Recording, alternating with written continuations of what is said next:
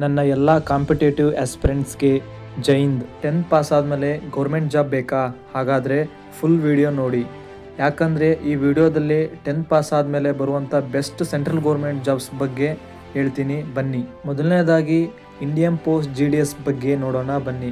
ಇದು 10th pass ಆದಮೇಲೆ ಬರುವ ಬೆಸ್ಟ್ ಸೆಂಟ್ರಲ್ ಗೌರ್ಮೆಂಟ್ ಜಾಬ್ಗಳಲ್ಲಿ ಒಂದು.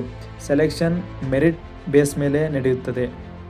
SLCಯಲ್ಲಿ 97, 98, 99% ತೆಗೆದ್ರೆ ಮಾತ್ರ ಸೆಲೆಕ್ಷನ್ ಆಗುತ್ತದೆ. Indian army Agniveer 10th pass ಆದಮೇಲೆ ಆರ್ಮಿ ಜಾಯ್ನ್ ಆಗಬೇಕು, ಅದು ಚಿಕ್ಕ ವಯಸ್ಸಲ್ಲೇ ಆರ್ಮಿ ಜಾಯ್ನ್ ಆಗಬೇಕು ಅನ್ನೋರಿಗೆ ಇದು ಬೆಸ್ಟ್ ಆಪರ್ಚುನಿಟಿನೇ ಅಂತಲೇ ಹೇಳ್ಬೋದು. ಅಗ್ನಿವೀರ್ GD, ಟ್ರೇಡ್ಮ್ಯಾನ್ಸ್ ಹೀಗೆ ಹಲವಾರು ಎಂಟ್ರೀಸ್ ಇರುತ್ತದೆ. ದೇಶ ಸೇವೆ ಜೊತೆಗೆ ಡಿಸಿಪ್ಲಿನ್ ಮತ್ತು ಸ್ಟ್ರಾಂಗ್ ಕರಿಯರ್ ಕೂಡ ಸಿಗುತ್ತದೆ. Indian navy MR 10th pass ಆದಮೇಲೆ ನೇವಿ ಯೂನಿಫಾರ್ಮ್ ಹಾಕಬೇಕು ಅನ್ನೋರಿಗೆ ಇದು ಸೂಪರ್ ಆಪರ್ಚುನಿಟಿ. MR ಎಂಟ್ರಿ ಮೂಲಕ ಇಂಡಿಯನ್ ನೇವಿ ಜಾಯ್ನ್ ಆಗ್ಬೋದು. ಟ್ರೈನಿಂಗ್, ಡಿಸಿಪ್ಲಿನ್, ಒಳ್ಳೆ ಸ್ಯಾಲ್ರಿ ಕೂಡ ಇರುತ್ತದೆ. ವಿಮೆನ್ ಮಿಲಿಟರಿ ಪೊಲೀಸ್ ಗರ್ಲ್ಸ್ಗೆ ಇಂಡಿಯನ್ ಆರ್ಮಿ ಜಾಯ್ನ್ ಆಗೋಕ್ಕೆ ಇದು ಬೆಸ್ಟ್ ಆಪರ್ಚುನಿಟಿ.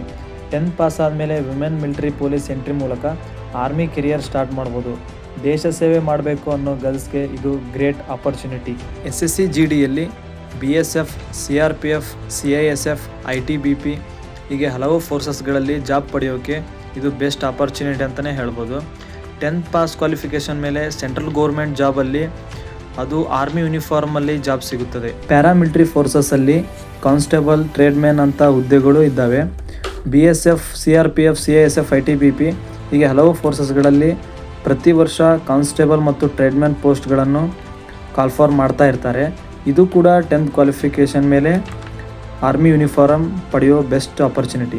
ಈಗ ರೈಲ್ವೆ ಗ್ರೂಪ್ D ಬಗ್ಗೆ ನೋಡೋಣ, ಬನ್ನಿ. ಇಂಡಿಯನ್ ರೈಲ್ವೆನಲ್ಲಿ ಕೆಲಸ ಮಾಡಬೇಕು ಅನ್ನೋರಿಗೆ ಇದು super option. Truck maintainer, helper ಹೀಗೆ ಹಲವು ಪೋಸ್ಟ್ ಬರುತ್ತದೆ. 10th ಪಾಸ್ ಆದಮೇಲೆ ಸ್ಟೇಬಲ್ ಗೌರ್ಮೆಂಟ್ ಜಾಬ್ ಪಡೆಯೋಕ್ಕೆ ಹಲವಾರು ಈ ಎಕ್ಸಾಮ್ ಟಾರ್ಗೆಟ್ ಮಾಡ್ತಾರೆ. ಇದರ ಜೊತೆಗೆ ಬೇರೆ ಕಾಂಪಿಟೇಟಿವ್ ಎಕ್ಸಾಮ್ಗೆ ಪ್ರಿಪೇರ್ ಆಗೋಕ್ಕೆ ಟೈಮ್ ಕೂಡ ಸಿಗುತ್ತದೆ. ಡೆಸ್ಕ್ ಜಾಬ್ ಬೇಕು ಅನ್ನೋರಿಗೆ SSC MTS ಒಂದು ಗುಡ್ ಆಪ್ಷನ್. ಈ ರಿಕ್ರೂಟ್ಮೆಂಟ್ ಮೂಲಕ ಸೆಂಟ್ರಲ್ ಗೌರ್ಮೆಂಟ್ ಆಫೀಸ್ಗಳಲ್ಲಿ ಕೆಲಸ ಮಾಡುವ ಅವಕಾಶ ಸಿಗುತ್ತದೆ. ಫೀಲ್ಡ್ ಡ್ಯೂಟಿ ಕಡಿಮೆ ಇಷ್ಟಪಡುವವರು ಈ ಎಕ್ಸಾಮ್ ಟ್ರೈ ಮಾಡ್ತಾರೆ. ಡಿಫ್ರೆಂಟ್ ಡಿಪಾರ್ಟ್ಮೆಂಟ್ಗಳಲ್ಲಿ ಬೇರೆ ಬೇರೆ ಪೋಸ್ಟ್ಗೆ ರಿಕ್ರೂಟ್ಮೆಂಟ್ ಬರುತ್ತದೆ. ಅದೇ SSC selection face.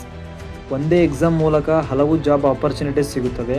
10th pass ಆದ ಕ್ಯಾಂಡಿಡೇಟ್ಗೂ ಕೆಲವು ಪೋಸ್ಟ್ ಅವೈಲಬಲ್ ಇರುತ್ತದೆ. ಇಂಟೆಲಿಜೆನ್ಸ್ ಬ್ಯೂರೋ ಇಂಡಿಯನ್ ಸೆಕ್ಯೂರಿಟಿ ಮತ್ತು ಇಂಟೆಲಿಜೆನ್ಸ್ ಡಿಪಾರ್ಟ್ಮೆಂಟಲ್ಲಿ ಕೆಲಸ ಮಾಡುವ ಆಪರ್ಚುನಿಟಿ ಸಿಗುತ್ತದೆ. ಸೀಕ್ರೆಟ್ ಆಪರೇಷನ್ಸ್ ಮತ್ತು ಇಂಟೆಲಿಜೆನ್ಸ್ ಫೀಲ್ಡಲ್ಲಿ ಇಂಟ್ರೆಸ್ಟ್ ಇರುವವರಿಗೆ ಇದು ಡಿಫ್ರೆಂಟ್ ಕರಿಯರ್ ಆಪ್ಷನ್. ಬ್ಯಾಂಕಿಂಗ್ ಸೆಕ್ಟರಲ್ಲೂ ಕೆಲವು ಸಪೋರ್ಟ್ ಸ್ಟಾಫ್ ಜಾಬ್ಸ್ ಬರುತ್ತದೆ. ಆಫೀಸ್ ಎನ್ವೈರ್ಮೆಂಟಲ್ಲಿ ಕೆಲಸ ಮಾಡಬೇಕು ಅನ್ನೋರಿಗೆ ಇದು ಗುಡ್ ಆಪ್ಷನ್.